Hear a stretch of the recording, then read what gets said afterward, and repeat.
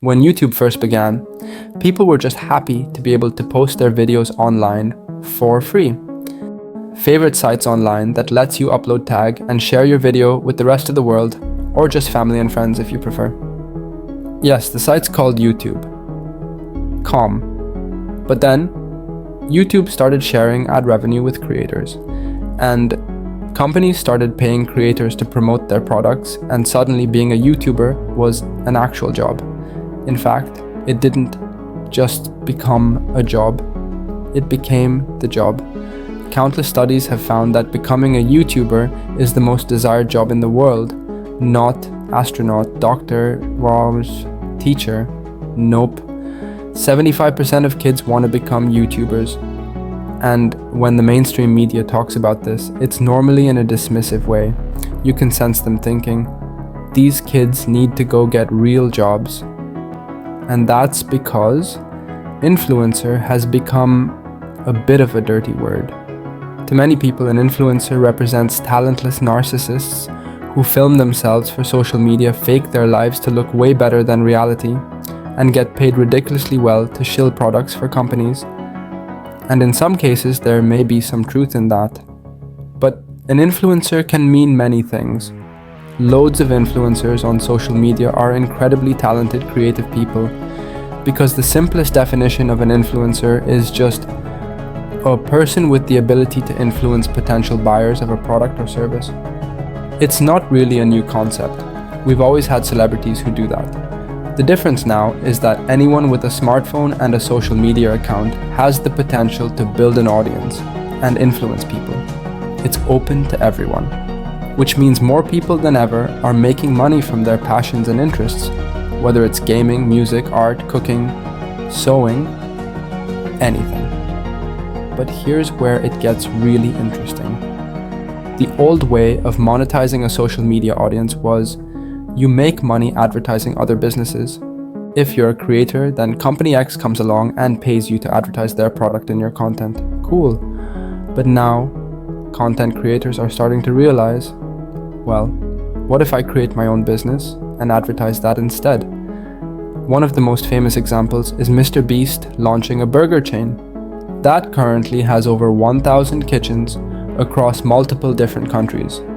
Mr. Beast could have just partnered with McDonald's or Burger King and got paid a one-off sponsorship fee for promoting someone else's brand.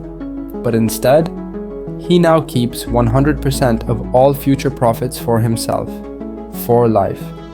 And simultaneously, he's growing a company he's got equity in that he could potentially sell later if he wanted.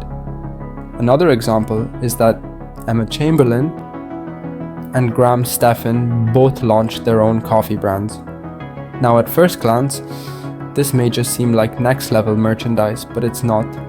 These are separate, standalone businesses that are simply being kick-started by leveraging their attention on social media.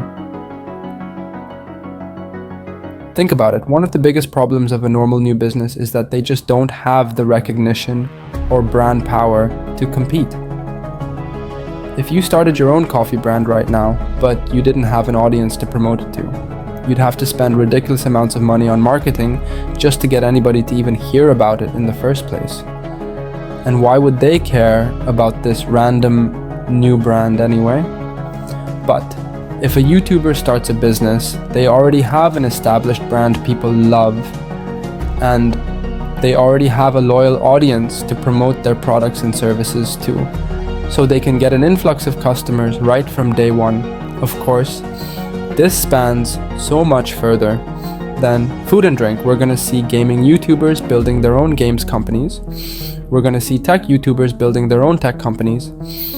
And for channels like me in the business niche, with a lot of entrepreneurs watching, I think a business-to-business software company would be an incredible fit. The possibilities are genuinely endless, but wait a minute, I know what you might be thinking. Dude, YouTubers might be good at making videos, but that doesn't mean they can just build a business. And you're right, but they don't need to. They just need strategic partnerships with someone who can. Do you think Mr. Beast knew how to set up a burger chain all by himself? No.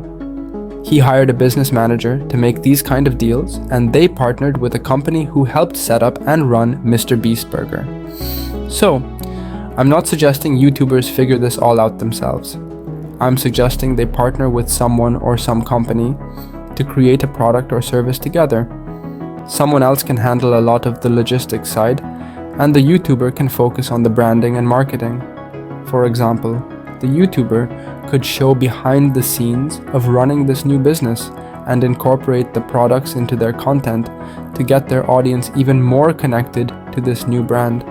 And because YouTubers know their audience so well and have a relationship with them, they can think about what products and services will be best for their fans. Like with Mr. Beast Burger, the products are named after the people on the channel, so it's much more fun for fans, and actually makes you even more attached to the Mr. Beast brand in general. And you don't just buy from there once, you probably keep coming back more and more as a repeat customer, which means you're regularly interacting with the brand in the physical world, not just the digital world. So, here's the simple truth here. If you're making content yourself, or you ever plan to, don't just think of yourself as an influencer or video maker. Start thinking of yourself as an entrepreneur, and a whole new world of possibilities will open. The crucial difference is that instead of doing a one-off sponsorship to promote someone else's brand, you can be building your own business that you have equity in. Thus, it can be way more profitable for you and way better for your fans as well. Okay, time for some calculations to prove this. Let's say you create a product that costs $5 each. When you produce them in bulk, you sell it for $20 each. So, $15 profit per item sold. If you had 1 million subscribers and just 2% of your audience buy it, that's 20,000 people, which equals $300,000 profit. Now, let's say that the product is a recurring subscription people pay for once every month. Congratulations, you've now got a multi-million-dollar business on your hands. Of course, this can work with much smaller channels too, because the crazy part is, it's not just the YouTuber's audience who can buy the product or service. Profits can be reinvested into other marketing to reach a whole new audience. And if it's a good product or service, people will tell their friends about it too. So, this new business can eventually be its own thing, totally separate from the creator. For example, you don't ever have to watch a Mr. Beast video to buy a Mr. Beast burger. If your friend was ordering one, you probably would too. It's a standalone business in its own right. Now, even if you do partner with a company to help you launch your own products and services, I'm obviously not saying this is easy, but I am saying that there will definitely be a lot more private label companies looking to do joint ventures with creators, because attention is the currency that matters most. If you have people watching you and your content, you can make a lot of money. It's that simple. But whereas before, that attention led to brand deals and sponsorships for other companies, now that attention is leading to new companies owned by the creators. For example, people love to hate on the Kardashians, the Paul brothers, but like it or not, they're very rich because they're masters of attention. And then directing that attention elsewhere, whether it's selling expensive beauty products or pay-per-view boxing. If you have the attention on you, it's then just a case of where you direct it. And if you can match the right product or service to the right audience, that is where the big money is. I honestly think we're not even at beginning stages of creators building businesses. But there's one final piece to this puzzle. You'll notice I've specifically mentioned YouTubers a lot. So what about TikTokers or Instagram stars? And yeah, it's true that these concepts apply to anyone with an audience and attention, but I do feel strongly YouTube has a lot of advantages. Firstly, videos can be evergreen on YouTube. Once you build your library of content, the algorithm can continue promoting them indefinitely. So, if you promote your own product or service within a video, you can be getting new sales from videos you made months or even years ago. Seriously, I have a digital product I sell which is my YouTube business blueprint for people who are looking to make money with YouTube. And I've had sales of that product thanks to videos I made over a year ago. It had no new promotion from me. It's just the YouTube algorithm doing its thing. That just doesn't happen with TikTok, Facebook, Snapchat, Instagram. Posts are normally pretty much dead within 48 hours. And that's why evergreen content on YouTube is so crucial, because it means you don't get stuck in the social media hamster wheel of constantly having to pump out new content. Secondly, with YouTube, you can build a much deeper connection with your audience since the videos are longer. And if people know, like, and trust you more, they're more likely to buy from you and your business. And finally, with YouTube, it's so much easier to promote things as you can direct people to the description below the video, where you can have as many links as you want. So if you do have an audience on another platform, that's great, but consider bringing some of them over to YouTube, because trust me, the creator economy is going to be a fascinating place over the next few years. People are finally starting to realize the potential of it, but this is really just the beginning. It's definitely not too late to start.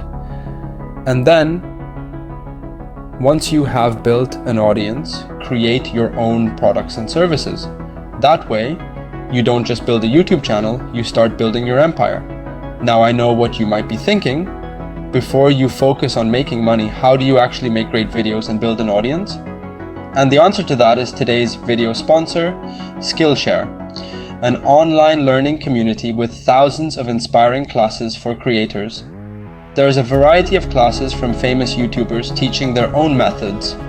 But if you want to do documentary-style videos with motion graphics, I recommend Evan Abrams's Introduction to Adobe After Effects, which will show you all the basics to get started. And because Skillshare is curated for learning, there's no ads, and lots of new premium classes added all the time. The first 1,000 of my subscribers to click the link in the description will get a 1-month free trial of Skillshare. So, click the link below now to get started for free and start exploring your creativity today. I hope this video was useful for you. And if you do become a YouTube billionaire, just don't forget who told you all this. I'll see you in the next video. Cheers.